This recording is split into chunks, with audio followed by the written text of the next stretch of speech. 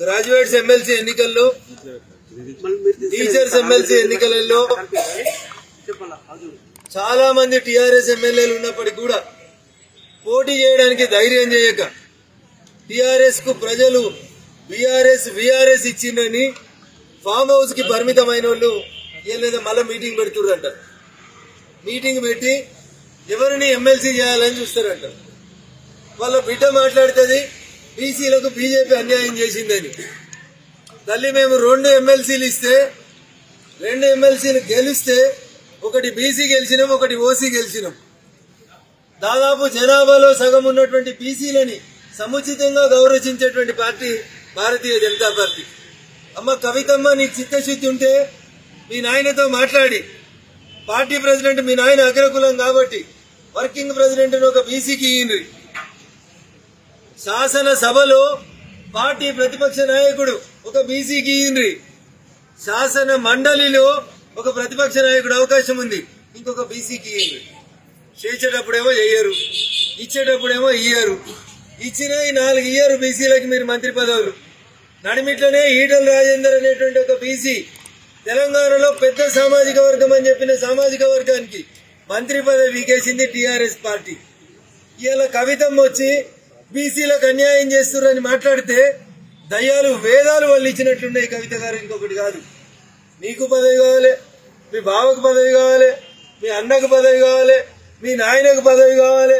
మరి ఇక బీసీలకు పదవి ఎప్పుడు ఇస్తారు కవితమ్మ అనేది ఒక్కసారి ఇలా ఫామ్ హౌస్ చర్చలో నువ్వు మాట్లాడు. మీ నాయనతోటి చెప్పు, అర్జెంట్ గా వర్కింగ్ ప్రెసిడెంట్ పదవిని ఒక బీసీకి ఇవ్వమని చెప్పు. శాసనసభలో బీసీకి ఇవ్వకపోతే మహిళకి ఇయ్యండి. మేము మొన్న ఢిల్లీ ముఖ్యమంత్రి మాకు అవకాశం వస్తే ఒక మహిళకి ఇచ్చినాం. రేపు మహిళా దినోత్సవం వస్తుంది, మహిళల్ని గౌరవించమని చెప్పు మీ నాయనని.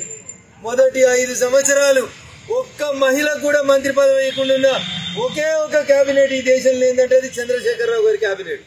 అందుకని బీజేపీని విమర్శించే కంటే ముందు మీ ఈపు మీ గర్వపడతలే చెల్లె, ఎవరైనా వెనకాలలో చేసి చెప్పుమని మీ తప్పులు మీరు సరిదిద్దుకోండి. మా వైపు వేలెత్తి చూపే బదులు మిమ్మల్ని మీరు సంస్కరించుకోండి అని చెప్పి ఈ సందర్భంగా సోదరి కవితకి టీఆర్ఎస్ పెద్దలకు తెలియజేస్తాను. థాంక్యూ.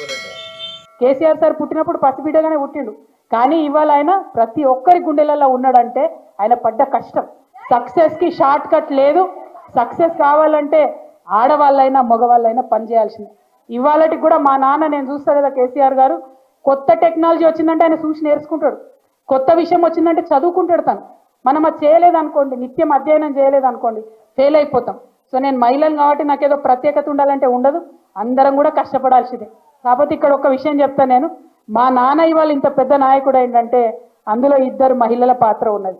ఒకటి మా నాన్న వాళ్ళ అమ్మది, ఇంకొకటి మా అమ్మది.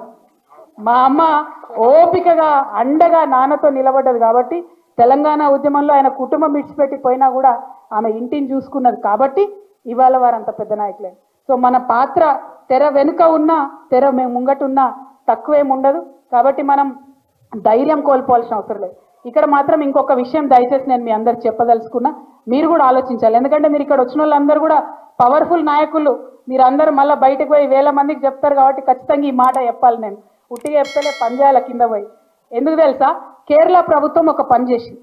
టెక్స్ట్ బుక్స్లలో బొమ్మలు ఉంటాయి, చిన్నపిల్లలకు నేర్పించే బొమ్మలు.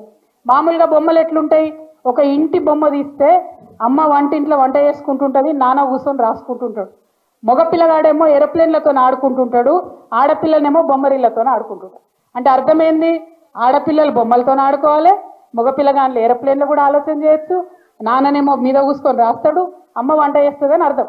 చెప్పకనే ఒక మగపిల్లగాడికైనా ఆడపిల్లకైనా మనం అది చెప్తున్నాం. కేరళ ప్రభుత్వం దీని మీద ఆలోచన చేసి అధ్యయనం చేసి ఏం చేసిందంటే, ఇవాళ కేరళ టెక్స్ట్ బుక్లలో మీరు చూసుకుంటే ఆడబిడ్డలు రాసుకునేది ఉంటుంది, నాన్న వంట పనిలో సహాయం చేస్తున్నది ఉంటుంది, ఆడపిల్లలు ఆడుకునేది ఉంటుంది, స్పోర్ట్స్ ఉంటుంది, మగపిల్లగాళ్ళు ఇంకో పని చేస్తుంది. అంటే అందరూ కూడా ఎవరైనా ఆడ మగ తేడా లేకుండా పనిని పంచుకోవాలి, కుటుంబ భారాన్ని పంచుకోవాలి, ఆకాశమే హద్దుగా మనకు అవకాశాలు దొరుకుతాయి, దానికోసం ఆలోచన చేయాలని ఒక మెసేజ్, ఒక బొమ్మలు ఉంటుంది. అటువంటి ప్రయత్నం మన తెలంగాణలో జరగాలి.